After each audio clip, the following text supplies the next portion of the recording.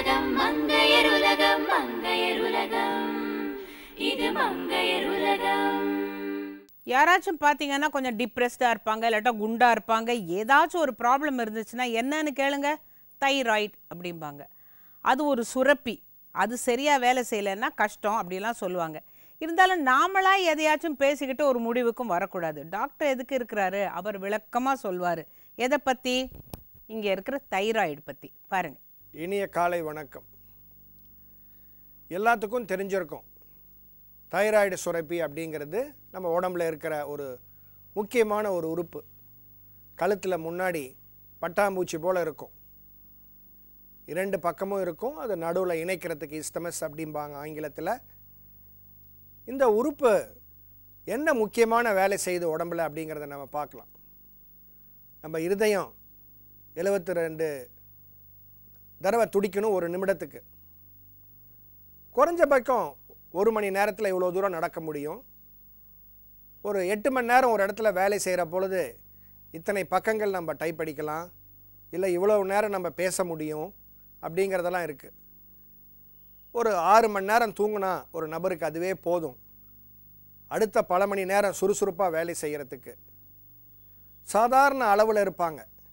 இது எதுவுமே செய்ய முடியாத போது நம்ம கவனித்து பார்க்க வேண்டிய விஷயம், தைராய்டு சுரப்பி சரியாக சுரக்குதா இல்லையா அப்படிங்கிறது. அப்போ இந்த தைராய்டு சுரப்பி சரியாக வேலை செய்யலைன்னா ஒரு சராசரி மனிதன் என்ன எல்லாரும் செய்கிறாங்களோ அதை செய்ய முடியாமல் கஷ்டப்படுவாங்க. இதை நாளமில்லா சுரப்பி அப்படிம்பாங்க. இந்த சுரப்பிங்களுக்கெல்லாம் இரத்தத்தோடு சேர்ற அது என்ன உற்பத்தி செய்யுதோ அது இரத்தத்தில் அப்படியே லேசாக கலந்துரும்.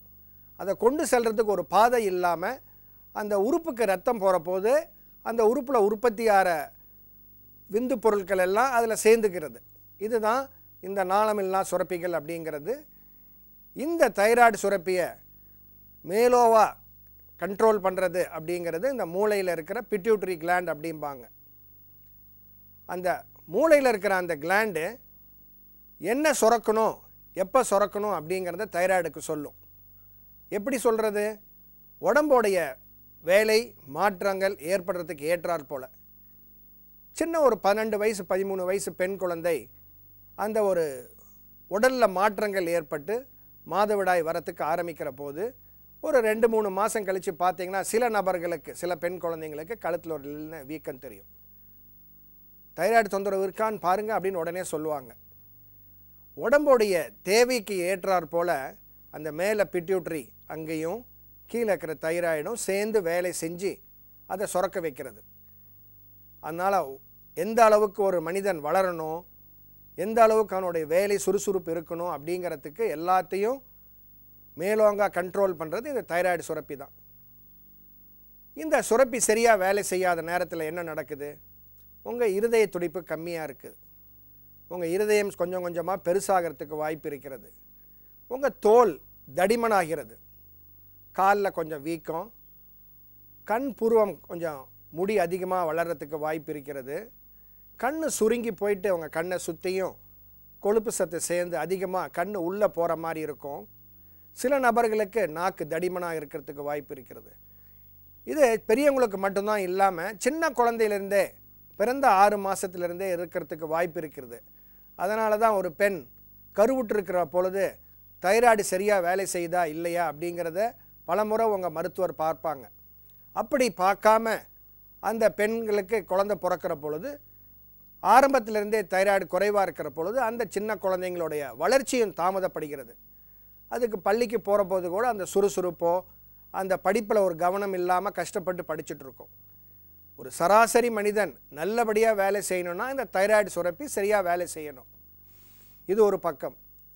இல்லை சில நபர்களுக்கு தைராய்டு அதிகமாக வேலை செய்யுது. ஒரு 2-3 மாதம் கழித்து சில நண்பர்களை பார்க்குறப்போ திடீர்னு இழைச்சிருப்பாங்க. என்ன நோய் இருக்குது, சர்க்கரை இருக்கா அப்படின்னு நீங்கள் பார்த்து கேட்டிருப்பீங்க. இல்லை நான் சர்க்கரைலாம் பார்த்தாச்சு, ஒன்றுமே இல்லை, நல்லா இருக்குது, ஆனால் அடிக்கடி மலம் கழிக்கிறேன், ஒரு படபடப்பாக இருக்குது, நர்வஸாக இருக்குது அப்படிம்பாங்க. என்ன காரணம்னே தெரியல. இந்த நபர்களுக்கு தான் முக்கியமாக தைராய்டை டெஸ்ட் பண்ணி பார்த்தீங்கன்னா அதிகமாக சுரக்கிறதுக்கு வாய்ப்பு இருக்கிறது. என்ன காரணத்தினால இவங்களுக்கு அதிகமாக சுரக்குது? அதுக்கு ஒரு காரணம் இல்லாமல் தானே உடம்பில் அந்த ஒரு சின்ன மாற்றம், மேலே இருக்கிற பிட்யூட்ரி, கீழே தொண்டையில் இருக்கிற தைராய்டு, இது ரெண்டும் இணையறதில் ஏதோ சில தவறுகள் ஏற்பட்டிருக்கலாம். அதனால் தைராய்டு அதிகமாக சுரக்கிறது. இந்த அதிகமாக சுரக்கிற பொழுது ஒரு படபடப்பு, 72 முறை தான் இந்த இருதயம் துடிக்கணுங்கிறது, 90, 100, 110 வரைக்கும் துடிக்கிறதுக்கு வாய்ப்பு இருக்கிறது. அதிகமாக துடிக்கிற போது அதே போல் அந்த உடம்பில் இருக்கிற சூடுகள் அதிகமாகிறது. உடம்பை மொத்தமாக அதிகமாக வேலை செய்கிற பொழுது அந்த மனிதன் இளைச்சி போகிறாங்க. சாப்பிட்ற உணவு அதிகமாக மலர்மா போகிறது. இந்த படபடப்பு ஏற்பட்டு அந்த மனிதன் இளைச்சி போகிறதுக்கு வாய்ப்பு இருக்கிறது. இந்த ரெண்டும் இல்லாமல் சில நபர்களுக்கு தொண்டையை பார்த்தா கொஞ்சம் கொஞ்சமாக வீக்கம் வந்துட்டுருக்கும். என்ன வீக்கம் வருதுன்னு சொல்லி நம்ம போய் ரத்தத்தில் தைராய்டு தொந்தரவு பார்த்தா நார்மலாக இருக்கும், எந்த மாற்றமும் இல்லை. அப்படிங்கிற பொழுது இந்த தைராய்டை நார்மலாக வேலை செய்யுதா இல்லையான்னு பார்க்குறதுக்கு காலையில் வெறும் வயிற்றில் அந்த தைராய்டு சுரக்கிறத வந்து டெஸ்ட் பண்ணி பார்ப்பாங்க. டிஎஸ்ஹெச்னு ஒரு hormone, free T3, free T4 இல்லது T3, T4 அப்படிங்கிற டெஸ்ட் பண்ணி பார்ப்பாங்க. இதுதான் அதிக அளவாக இந்த தைராய்டு சரியாக வேலை செய்யுதா இல்லையான்னு பார்க்குறதுக்குள்ளற பரிசோதனைகள். இந்த லேசாக வீக்கம் வருது அப்படின்னா கண்டிப்பாக அதுக்கு ஒரு ஸ்கேன் எடுத்து பார்க்கணும். எடுத்து பார்த்தா அந்த சதைகள், தைராய்டில் இருக்கிற சதைகள் சரியாக வீங்கி இருக்குதா, ஒரு பக்கம் மட்டும் வீக்கம் இருக்குதா, மொத்தமாக வீக்கம் இருக்குதா அப்படிங்கிறத பார்ப்பாங்க.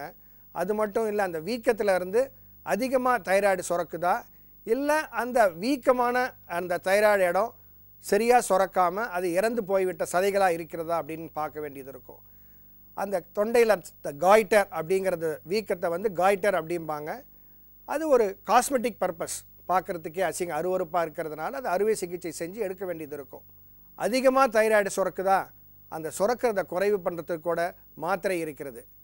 தைராய்டு சுரப்பி உங்கள் உடம்பில் சீராக வைக்கிறது மட்டும் இல்லாமல் அந்த எந்த ஒரு வியாதி வந்தாலும் அதை உங்களுக்கு ஏற்றாறு போல் மாற்றிக்கொள்கிறதுக்கு சுலபமான விஷயம் இருக்கிறது. எதுவும் உங்கள் மருத்துவர் அணுகி அதுக்கு தேவையான பரிசோதனை செய்து அதுக்கு தேவையான வைத்தியம் செய்து சிறப்பாக இருக்கலாம்.